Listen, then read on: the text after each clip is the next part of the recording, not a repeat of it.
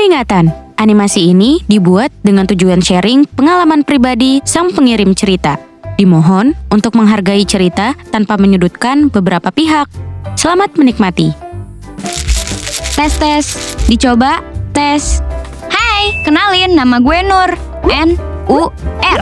Umur gue sekarang 21 tahun dan lagi kuliah di salah satu kampus di kota Lumpia. Gue mau cerita tentang mantan gue yang gue temuin di tahun 2020. Jadi, dulu awal masuk kuliah bertepatan sama corona yang lagi naik-naiknya.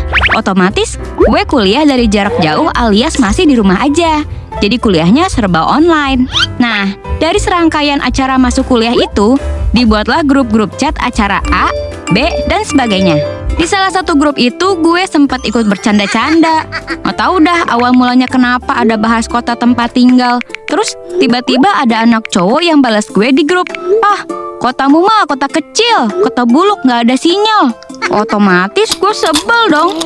Tapi sebelnya di sini sebel bercanda, karena itu suasana lagi pada bercanda. Nah, dari situ kita mulai menyadari kalau ada gue yang hidup di sisi bumi ini dan dia yang hidup di sisi bumi ono.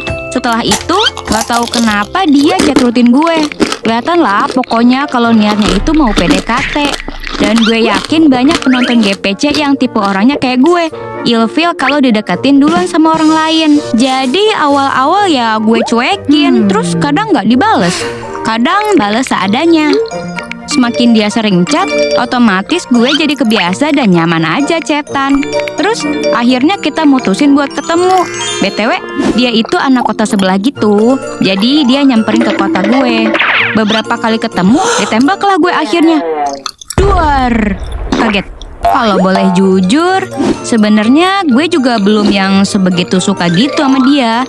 Tapi ya udahlah, daripada di jalan itu nanti awkward, gue terima aja. Singkat cerita, kita pacaran kayak orang lain yang LDR tapi deket kotanya.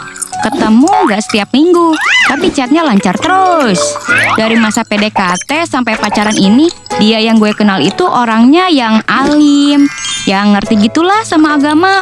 Idaman banget dong jadinya. Terus di satu titik gue dapet hidayah buat hijrah. Apalagi ditambah terdorong juga karena dia sering kasih video-video islami. Jadi gue semakin yakin. Dulu gue emang kalau pas keluar ke depan rumah ya nggak pakai jilbab. Tapi kalau keluar buat pergi pasti tetap pakai. Akhirnya gue sampein lah itu niatan ke dia. Dengan maksud juga buat mutusin. Sedih lah pasti kita. Karena itu baru beberapa bulan doang kenal dan pacarannya. Dan kita masih di masa saling suka, tapi harus pisah. Ngerti kan pasangan yang harus berpisah karena keadaan itu gimana nyeseknya? Terus kita kayak buat satu pertemuan terakhir sebelum benar-benar pisah. Dia ngajak ke rumahnya, dan bodohnya gue mau. Gue bener-bener gak ada pikiran negatif apa-apa karena setahu gue dia alim. Ngerti mana yang baik, mana yang buruk juga. Berangkatlah gue ke rumahnya hari itu. Dengan niat utama gue sebenarnya sekalian mau minta anime. Gini-gini gue wibu coy. Awal-awal biasa dong. Gue kopi anime. Kita ngobrol, makan, kita bahkan sholat zuhur.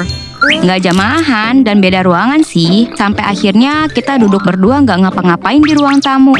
Dan pintu dari awal pastinya dibiarin kebuka, nggak pernah ditutup. Tiba-tiba dia nyender dan meluk dari samping. Gue yang sebenarnya bukan orang yang love language-nya physical touch, jelas nggak nyaman dong.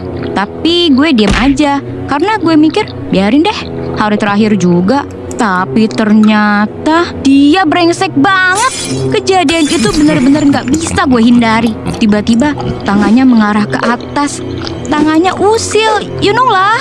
Gak perlu gue jelasin apaan. Gue kaget, gue berontak sekuat tenaga. Tapi tenaga cewek jelas kalah sama dia.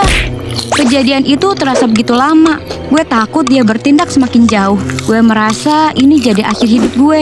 Saat itu gue sampai gak bisa ngeluarin air mata saking syoknya. Padahal gue tipe-tipe cewek yang gampang nangis. Jujur, saat cerita bagian ini gue masih merinding dan deg-degan. Kalau kalian mikir ini salah gue karena pakai baju yang seksi atau gimana, kalian salah besar. Gue pakai celana, tunik kedodoran selutut, dan jilbab cukup lebar yang menutup dada. Gak ada tuh outfit-outfit yang membentuk badan gue sama sekali. Setelah terus berusaha memberontak dan menjauhkan tangannya, akhirnya gue berhasil.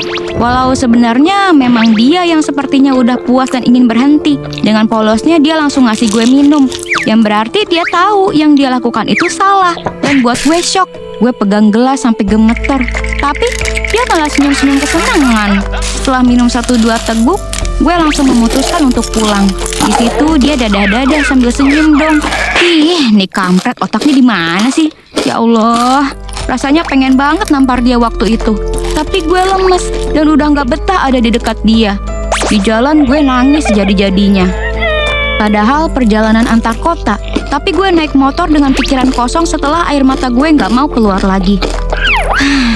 Alhamdulillahnya di jalan gak ada apa-apa, karena memang gue naik motor pelan seperti tanpa nyawa.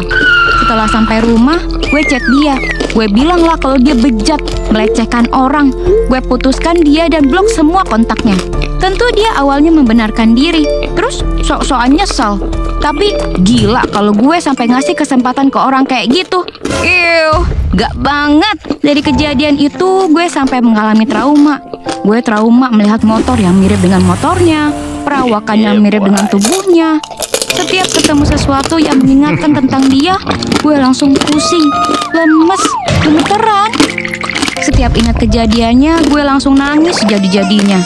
Gue sempat jadi pemurung, dan semua ini gue pendam sendiri. Butuh 2 tahun sampai gue bisa lumayan pulih dari kejadian itu.